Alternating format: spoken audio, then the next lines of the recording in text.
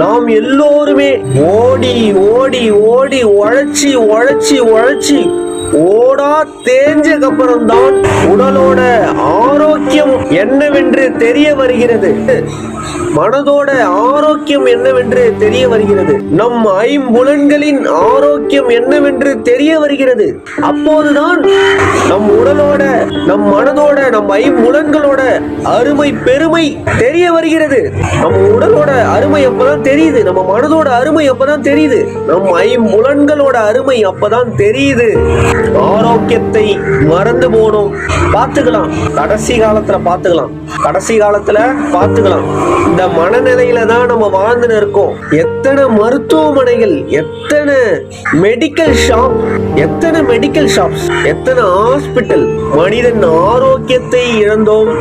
மனிதன் மகிழ்ச்சியாக இருப்பதையும் இழந்தோம். மனிதனோட ஆரோக்கியத்தையும் இழந்தோம். மனிதனோட வாழ்க்கையும் இழந்தோம்.